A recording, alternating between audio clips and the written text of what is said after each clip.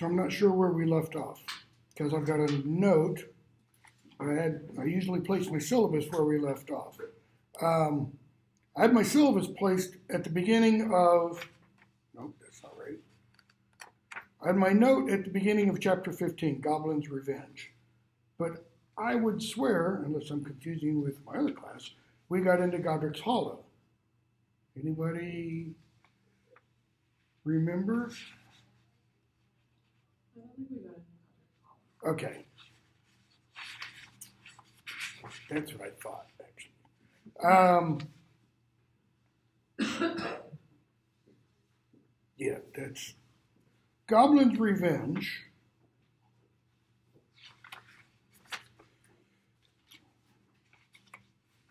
We're going to pick up with, I don't think we talked about this, a couple pages in, about 3 pages in.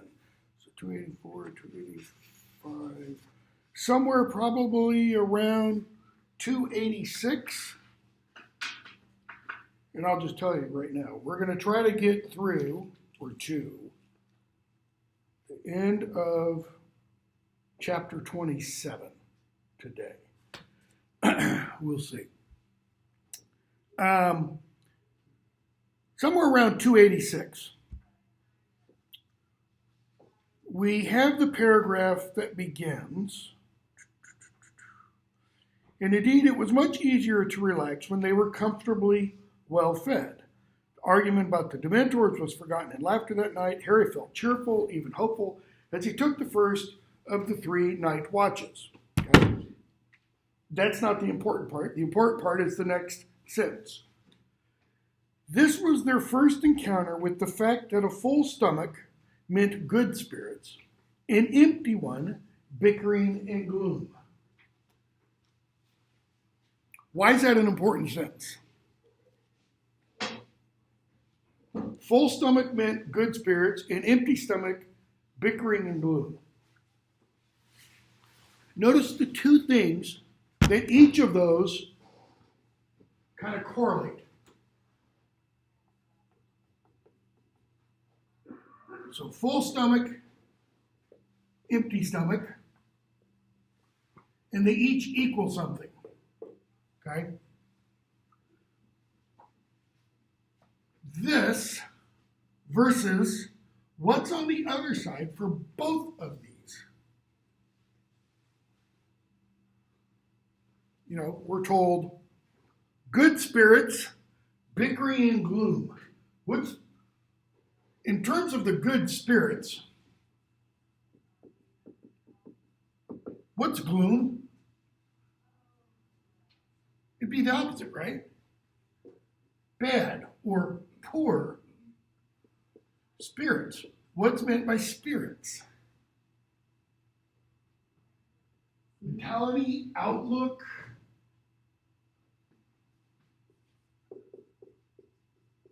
Physical.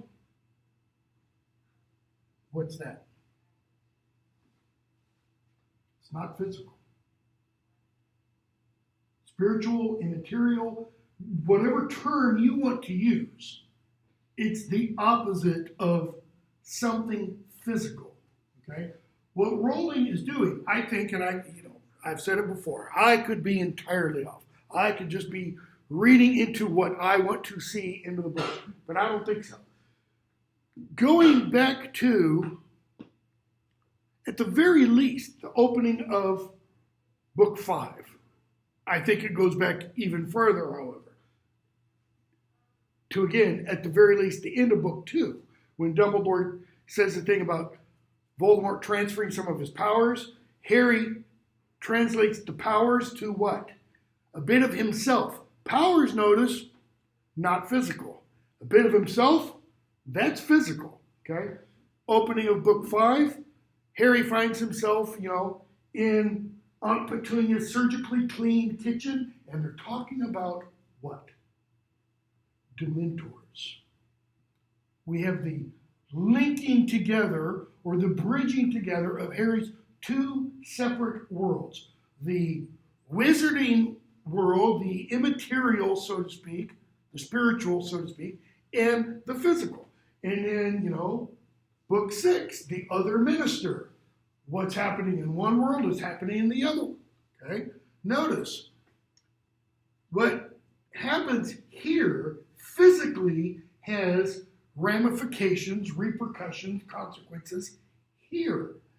And it works vice versa. It works the other way. Okay? Notice in just a few pages.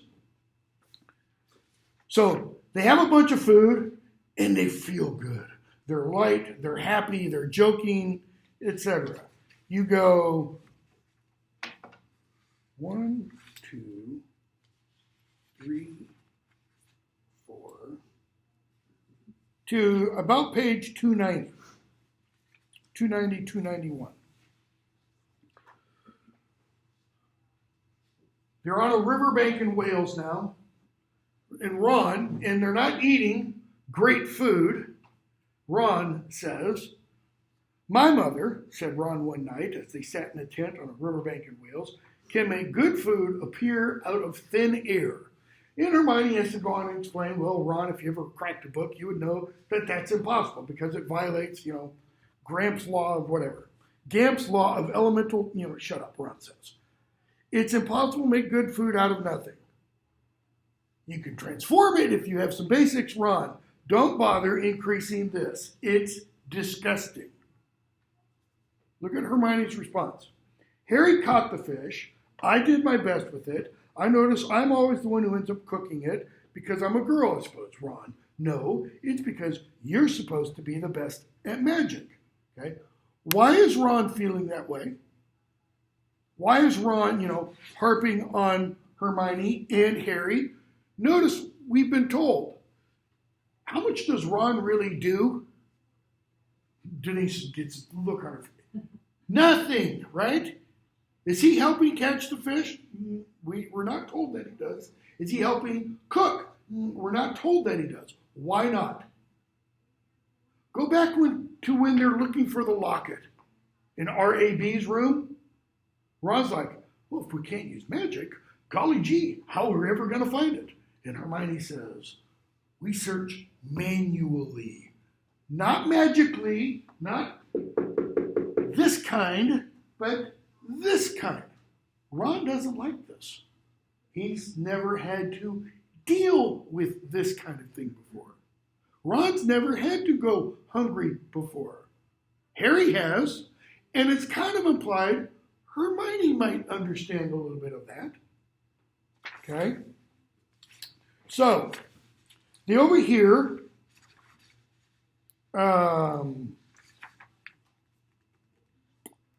conversation between Dirk and Ted Tonks and such.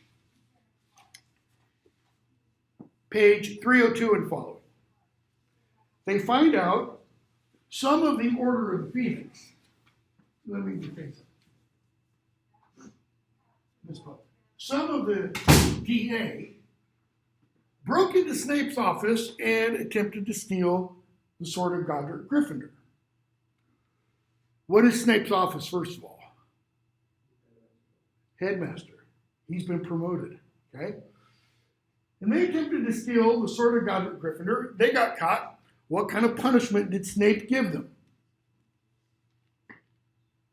Okay, they're attempting to steal an ancient artifact, an heirloom that, according to Rufus Scrimgeour, belongs to whom? The entire wizarding community. That's why he wouldn't give it to Harry. He says it wasn't Dumbledore's to give. So, it's like they're trying to steal the Mona Lisa or something like that. It belongs to everybody. What kind of punishment does Snape give them? Detention with Hagrid in the Forbidden Forest. And notice we're told by Harry, and Snape might have thought that was a punishment, but Ginny, Neville, and Luna probably had a good laugh with Hagrid. The Forbidden Forest, ...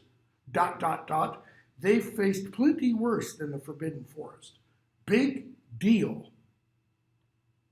Harry realizes it's not punishment. It's like a play date. It's fun. Okay? Because if you go in the Forbidden Forest with Hagrid, what does that mean? None of the monsters and stuff that's in there is going to hurt you. Okay? Notice nobody takes that idea another couple of steps. What should be logically the next thing to come after that? I mean, we're told he felt relieved. Harry felt relieved. What else, though? Shouldn't one of them, Hermione maybe, at least ask, yeah, that's kind of odd. Why would Snape only give them detention with Hagrid? What does Snape know about Hagrid? He's a member of the Order of the Phoenix. What does Snape know about Ginny, Neville, and Luna? They were members of the Dumbledore's army. It's like putting them under Dumbledore's charge. Right? And he doesn't, and they don't make any kind of connection or comment there. So, go on a bit, and they figure out the sword, Gryffindor's sword, can destroy Horcruxes. Okay. Harry and Ron get in an argument. Hermione tells Ron, take the locket off. You wouldn't be saying what you're saying if you weren't wearing that locket right next to his skin. Notice, because it's a locket, they feel like they have to wear it around their necks. But where do they never wear it? Over the robes. It always goes underneath. So it's sitting kind of like right next to the heart and infecting everything. Okay? What's Ron's real problem? It's not the locket, by the way. Yeah, the locket is bringing out things that are already there. That's what the locket does. Or that's what the Horcruxes can do. What is Ron's real problem?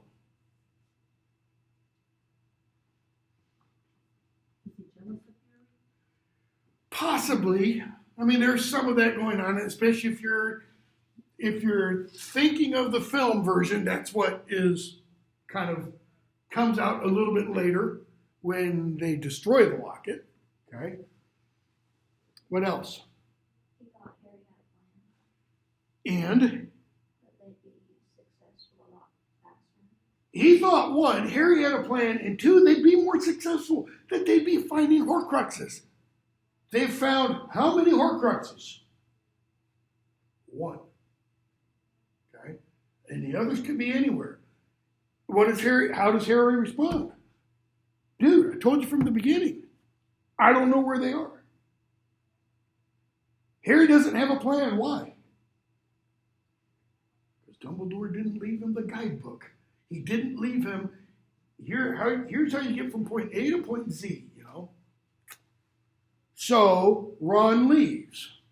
He says, I get it. You choose Harry. And she's like, no, Hermione. Okay. So he leaves. Chapter 16, Godric's Hollow. Okay. About 3 pages in. So 3:14, maybe 3:13. Harry's thinking after Ron has left. He could not hide it from himself. Ron had been right. You don't hear Harry think that very often in the course of the novels. Dumbledore had left him with virtually nothing. They had discovered one Horcrux. They had no means of destroying it. What are the 2 means that they now know you can use to destroy a Horcrux? Sword and Basilisk Fan. They have neither. The others were as unattainable as they had ever been. Hopelessness threatened to engulf him. A little bit of foreshadowing. Why? Because Harry is going to be engulfed by hopelessness very soon, very quickly. He was staggered now to think of his own presumption in accepting his friend's offers to accompany him on this meandering, pointless journey. Okay, first of all, do you think Harry really had a choice whether or not to accept Ron and Hermione's help? I kind of don't think so. I kind of think Hermione would have tagged him in some way so that wherever Harry went, they'd be able to follow. Okay? But the journey, how does he describe that? How does he think of it? Meandering. Meandering means you're not going like that. You're doing this.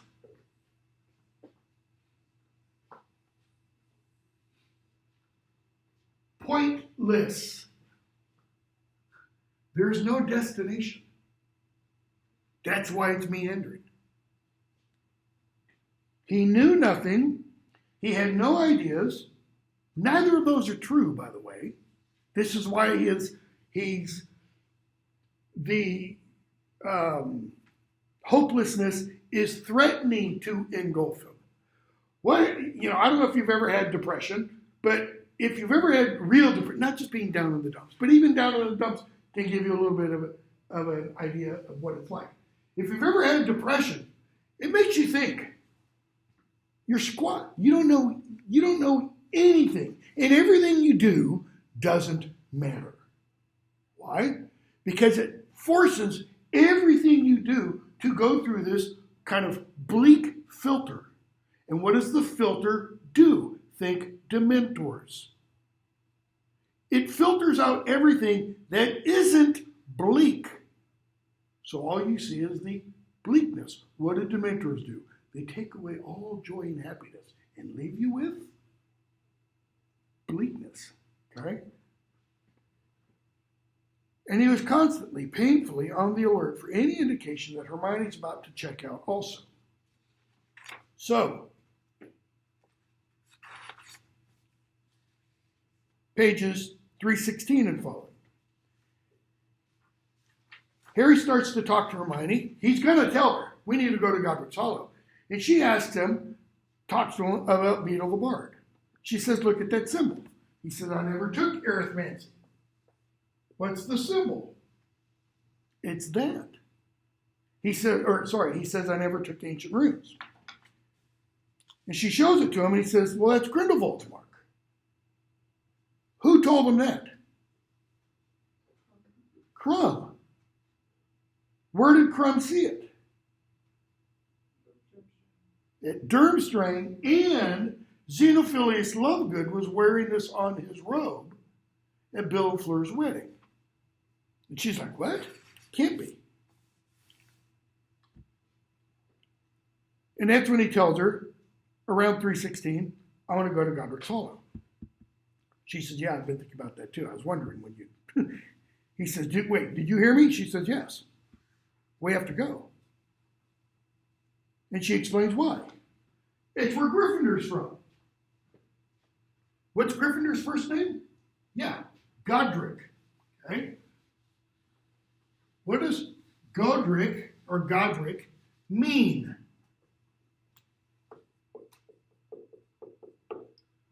We don't see this very often anymore in contemporary English usage. It's usually only used in a religious context, bishopric. It's the area where a bishop has sway. Today, that's really not even used anymore. It's the diocese. One is Latin, one is Old English. This is Old English, diocese is Latin, okay? But we do still see it in parts of words, and we see it in its foreign usage. For example, Reich, like the Third Reich, Hitler's idealized state. There, it refers to the Third Rome.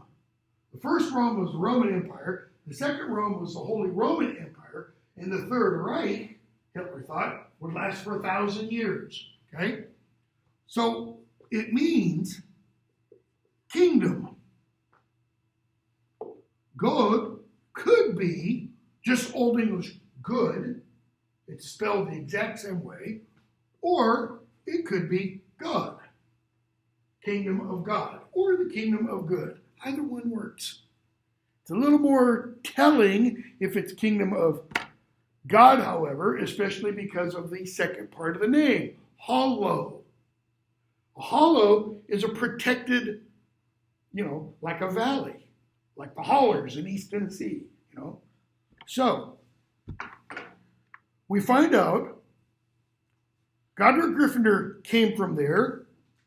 Who else lived there? Somebody whose book Harry has never read, apparently, but Tilde Bagshot, who wrote A History of Magic. Page 319. Harry's thinking, and we're told he was about to go home, about to return to the place where he had had a family. Is it really his home? If home is where the heart is, then where is Harry's home? Hogwarts? Or with his family? Where's his family? They're all dead. Okay? He could have invited friends to his house. He might have even had brothers and sisters. It would have been his mother who had made his 17th birthday cake. And he pulls out that photo album that Hagrid gave him and looks at it and such. So, he and Hermione apparate to Godric's Hollow. And we're told this is around 323. And you have to understand, you know, a small British village is very much like a small town in Tennessee. You have your square, okay, which has streets that go around it like that, buildings, you know, here, and in the middle of the square, you've got walkways that cross it diagonally, and in the middle of the square, you have a monument. Usually, if it's a small town in Tennessee, the monument is what? It's a Civil War monument. Okay? In England, if there's a single monument, it is a monument dedicated to those who lost their lives in the Great War and the Second World War. Okay? If there are two monuments, there's one for those who died in the First World War and one for those who died in the Second World War. So, they get there. And they see colored lights all over. And Hermione says, Harry, I think it's Christmas Eve. Is it? Lost track of time. I'm sure it is. And she sees the church and she says, they'll be in there, won't they? Your mom and dad? I can see the graveyard behind it. Okay, so what does she mean by in there? Does she mean in the church or in the graveyard behind it? And why does she think they'll be in there? Whether the church or the graveyard? Who gets buried in a quote-unquote Christian church? Christians.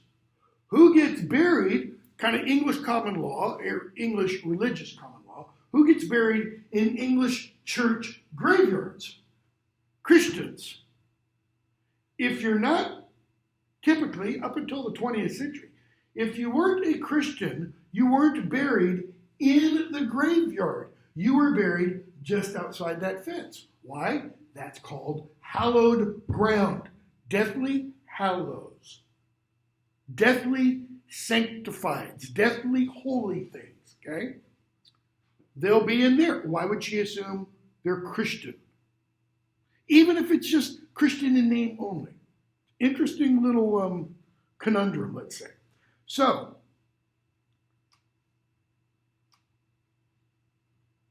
they go across the square and they make their way halfway across. In other words, they're here. And we're told, Hermione says, Harry, look. She was pointing at the war memorial. Notice, it's the war memorial. As they had passed it, it had transformed. Instead of an obelisk covered in names, there was a statue of three people. A man with untidy hair and glasses, a woman with long hair and a kind, pretty face, and a baby boy sitting in his mother's arms. Snow lay upon all their heads like fluffy white caps. Okay, one little, just totally irrelevant detail. How would they know it's a baby boy? Unless the kid's naked, you're not going to be able to tell. Okay? It's reading into it. But here's the important thing. It's a war memorial that suddenly becomes a man, a woman, and a child. Okay? What day is it? It's Christmas Eve. Who is this?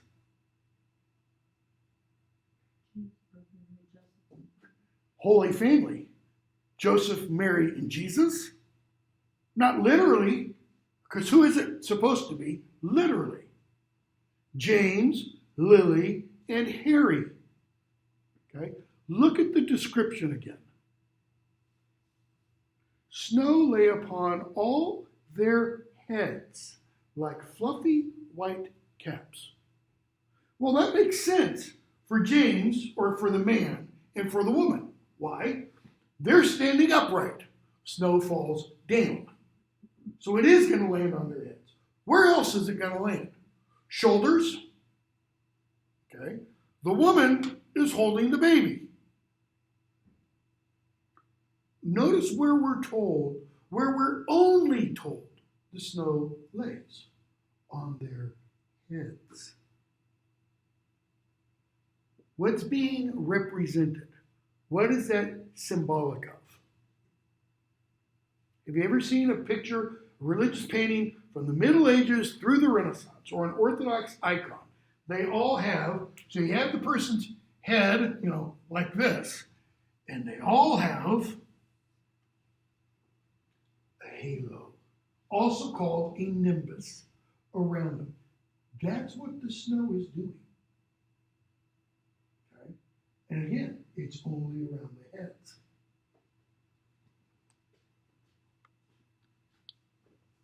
Harry draws closer, he looks, and Hermione and Harry says, come on.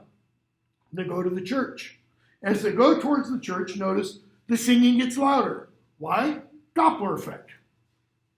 You walk towards where the noise is, and what happens?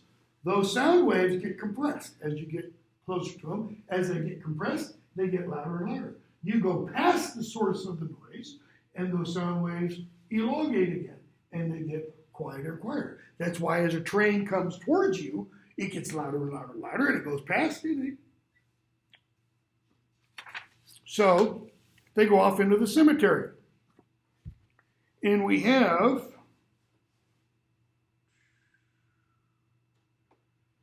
Hermione finds a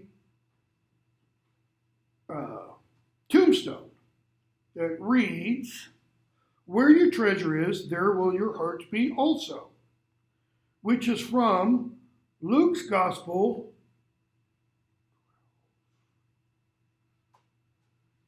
chapter 12. And in this whole chapter, Christ is teaching about don't worry about tomorrow. Worry about, if you're going to worry about today. Lay up treasure in heaven.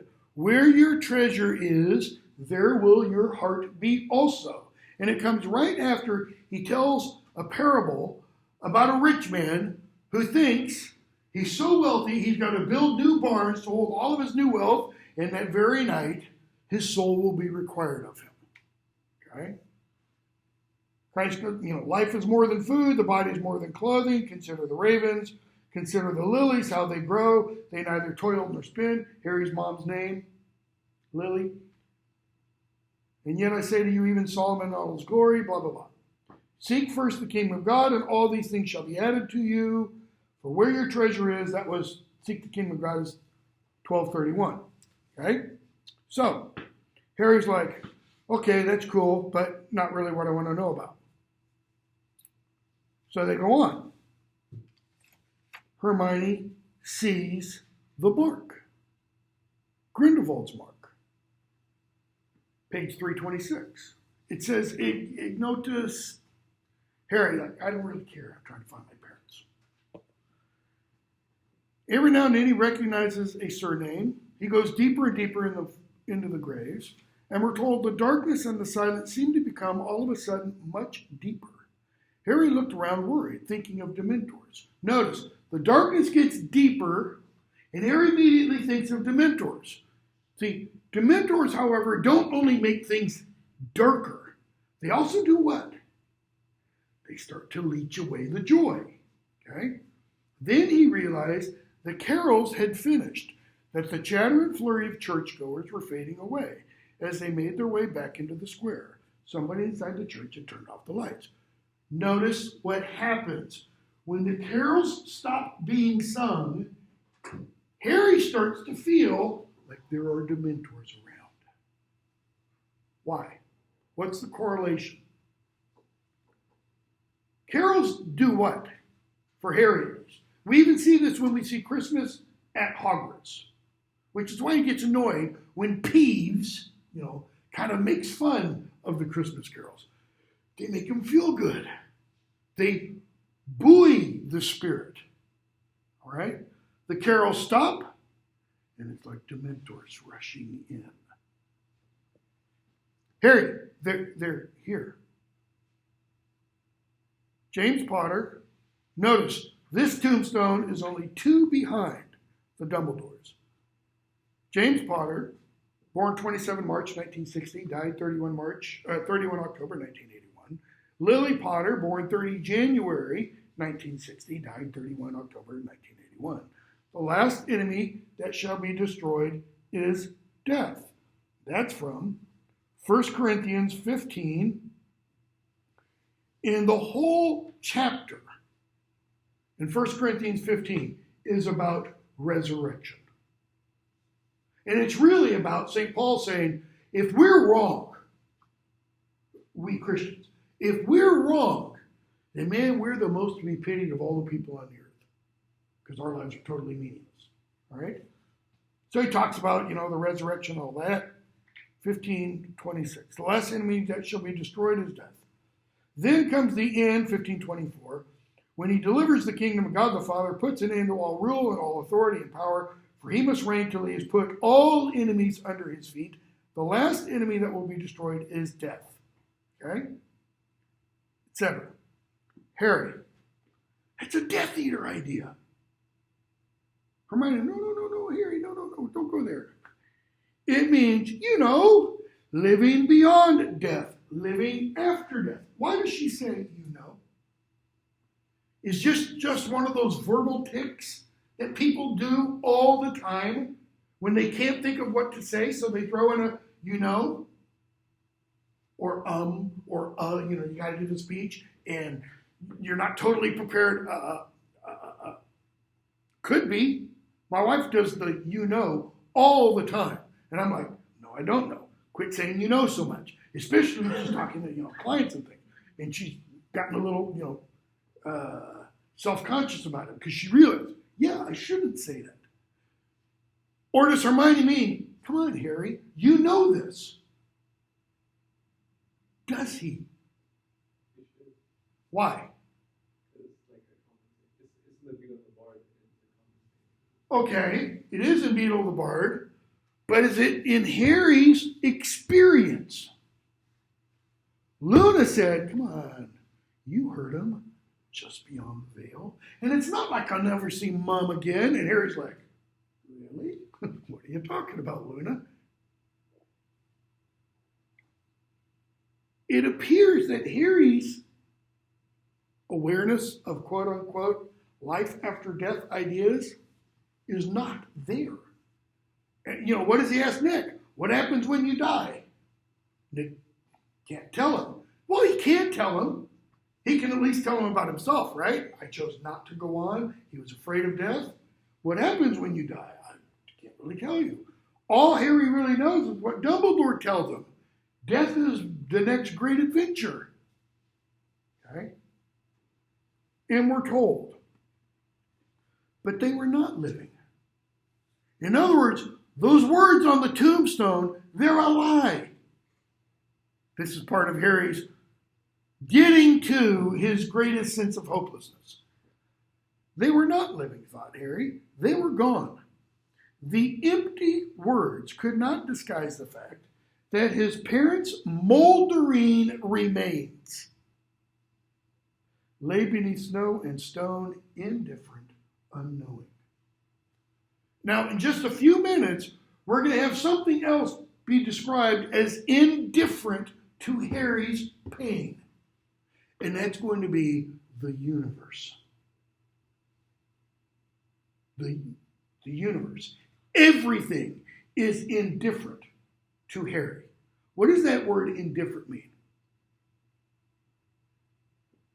Doesn't give a rat's you know what. It's really best summed up in that phrase or that word, whatever. Somebody said, whatever. Whatever means really what? I don't give a flying F. Just go away. Leave me alone. And the fountain flows. Why? Why do the tears flow? What does this represent for Harry?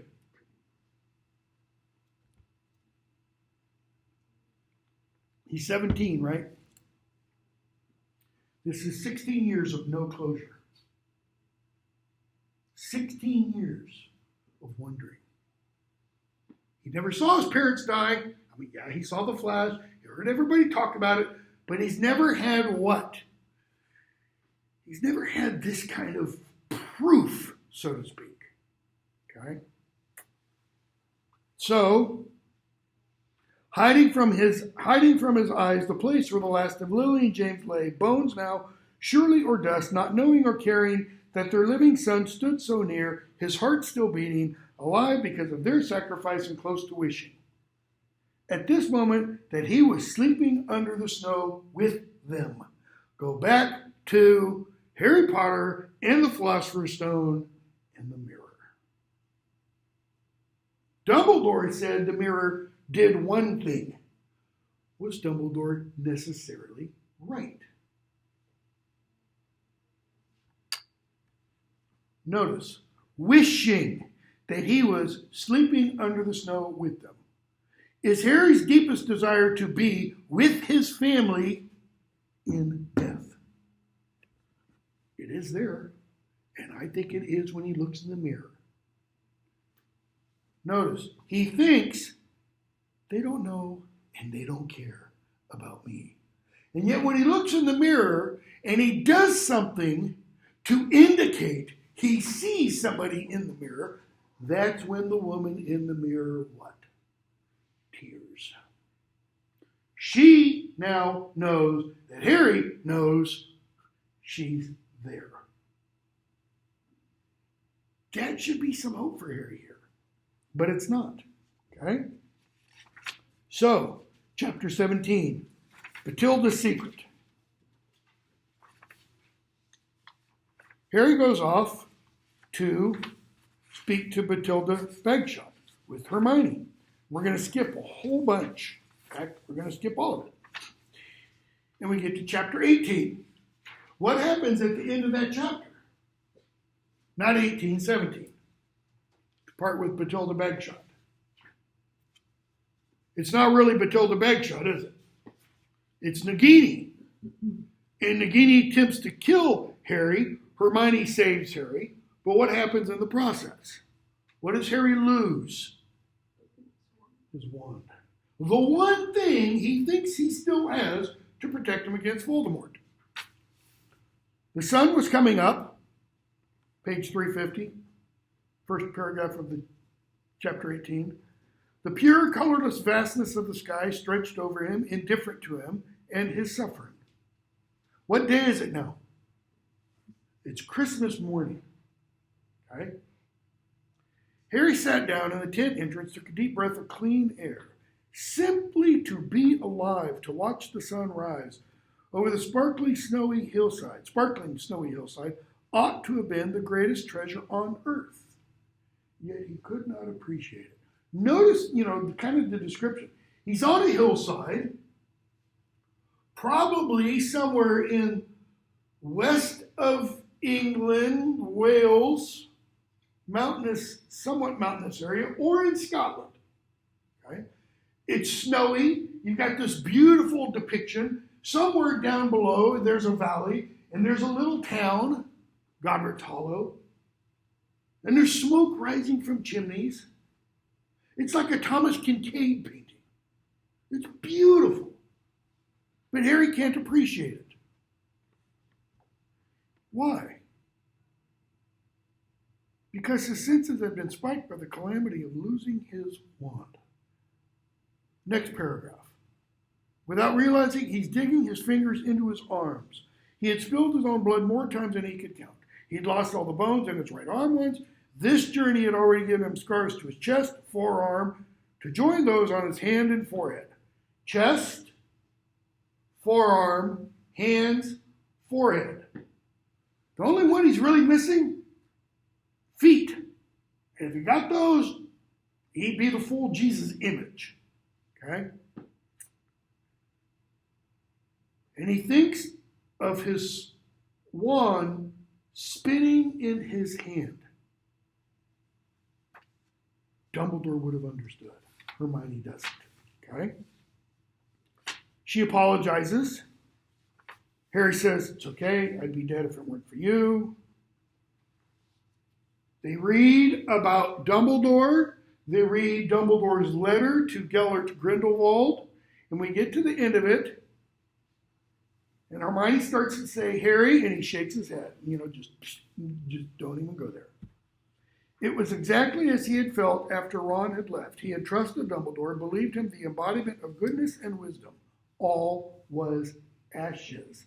Notice, believed him the embodiment of goodness and wisdom. In other words, he had made what out of Dumbledore? An idol. And what happened to that idol? It fell. Take that back. It didn't fall. It burned. Now all was ashes. What was Dumbledore's quote-unquote pet? A phoenix. What do phoenixes do? They self-immolate. And out of those ashes rises a new phoenix. The image that Harry created of Dumbledore has got to be destroyed. Why? So it can be replaced with the real Dumbledore. And I think Rowling is kind of making some points there. The images we create of idols, whatever those idols are, have got to be destroyed. Why? So that the real thing that the idol is based on can really live. Whether it's a spiritual thing, whether it's a loved one, a family member maybe. All right? So they talk. We find out, we read about for the greater good and Nuremberg.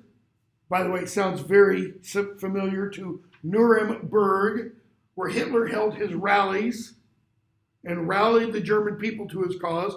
And then after the Second World War, where the Allies held the trials for the German officers and such. But Hermione points out, page 362, and this is what's really important. He changed, Harry.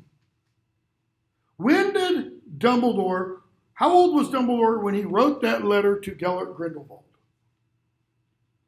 17. Harry's age. Okay? Harry's age. He changed, Harry. He changed. What did Hagrid say to Harry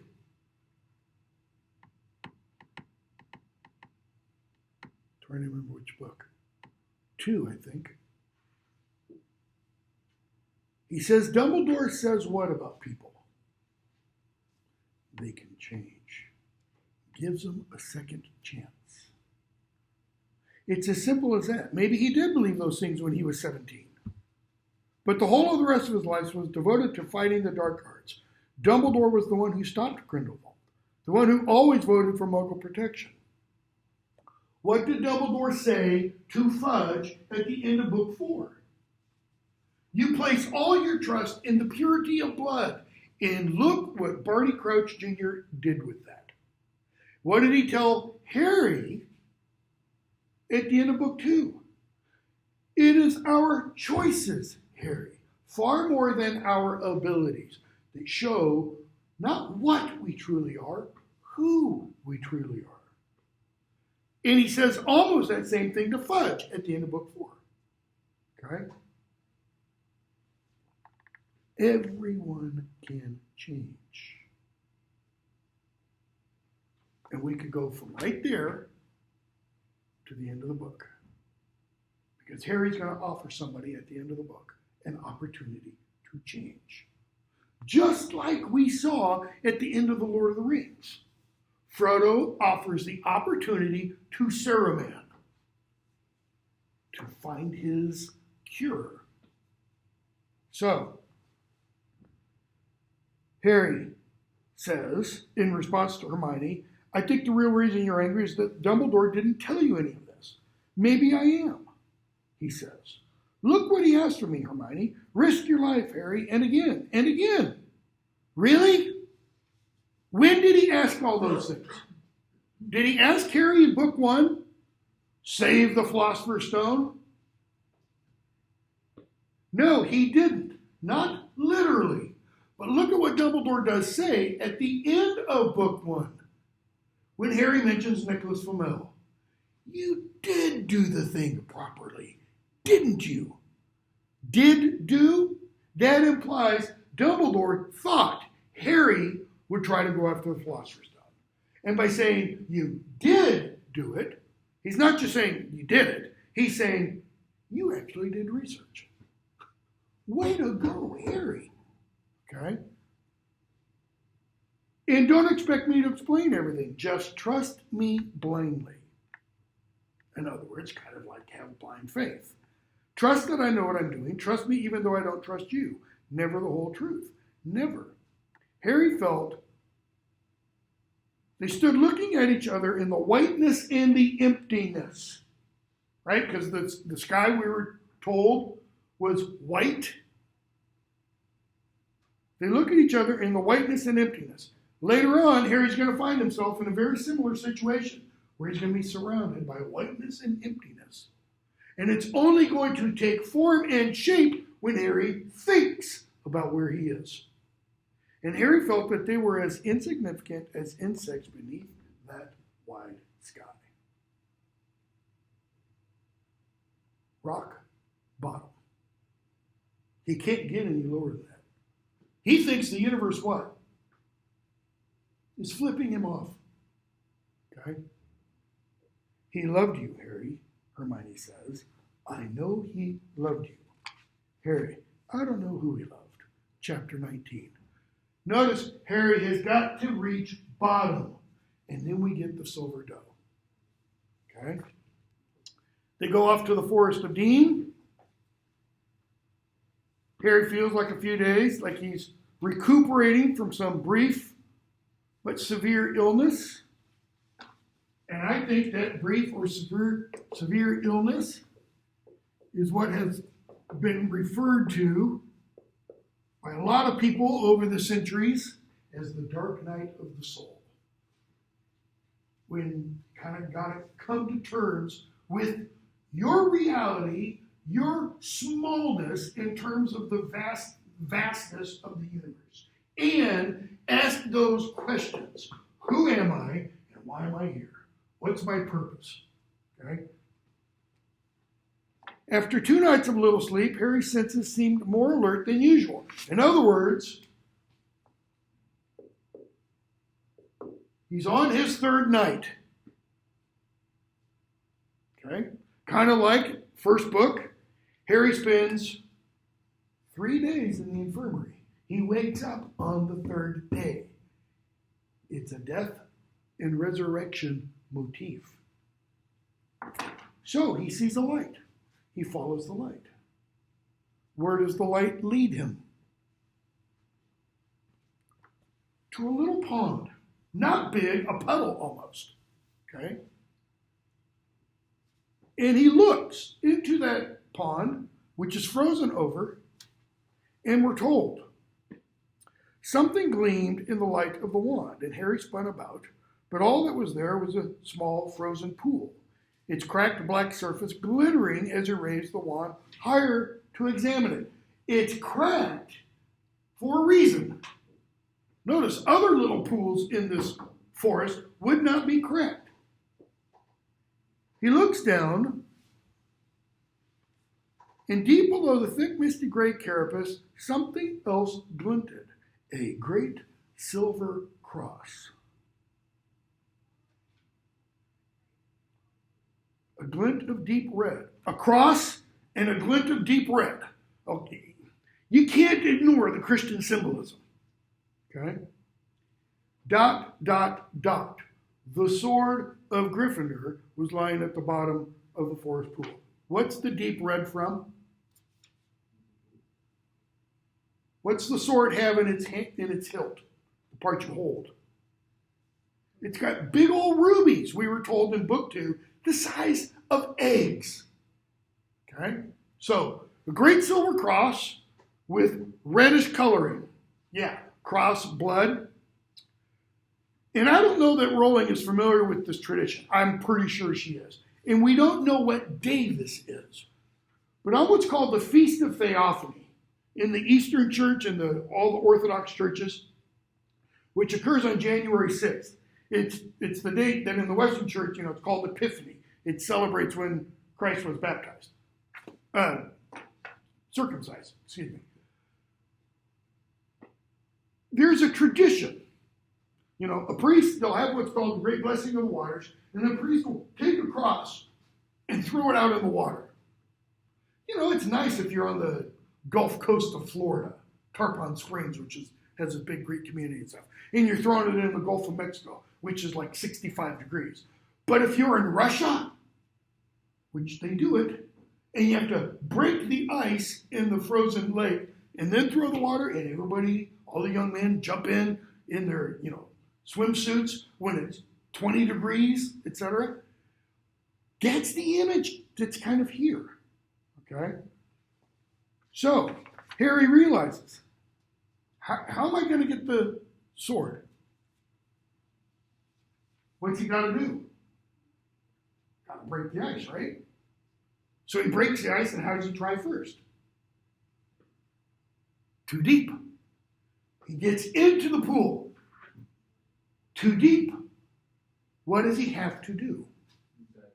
He's got to go all the way under. There's your baptism image.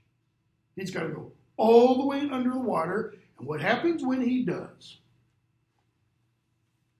He's wearing the locket, and it starts to tighten. It starts to kill him. Okay? But his Savior arrives. I'm not using that term facetiously. How many pages in it? 363, 4, 5, 6, 7, 8. Somewhere around 369, 370. Harry had no strength to lift his head and see his Savior's identity. It's Ron. How did Ron know to come back? Or how did Ron know where to come back? The Deluminator. That's how.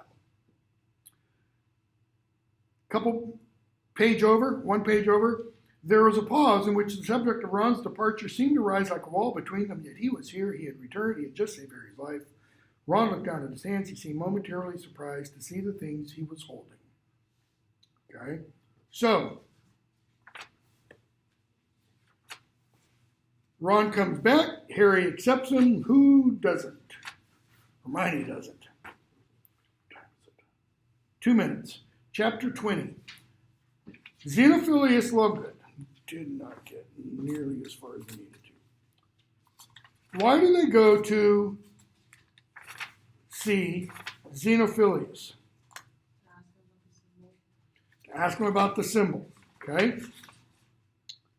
And chapter 21, he tells them about the tale of the three brothers. He says the symbol is used, second paragraph, the symbol is used to reveal oneself to other believers in the hope that they might help one with the quest. Notice, with other believers. So this, for believers in the tale he's talking about, is equivalent to this for Christians. This was the symbol used by early Christians to indicate to other believers that they believed in the fish. Why did they use the fish? Because the Greek word for fish, opening letters, Jesus Christ, Son of God, same letters. All right? I-C-T-H. I-C, Jesus Christos, T-H, Theos. All right? So, he talks about you seek out the things, and Hermione says, in response to the three items, and we'll stop here. What's the triangle? The cloak. What's the round thing? Resurrection stone. And the straight thing? The wand. What does Hermione say about all of them? They're not real. They're just story elements. Because this is a kid's story. It's designed to teach a moral. So we'll pick up there on Wednesday and not finish. Just no other way to put it. I'll probably post a video lecture for those who want to get to the end. I mean, we'll get to the end. We'll skip a lot of the stuff before.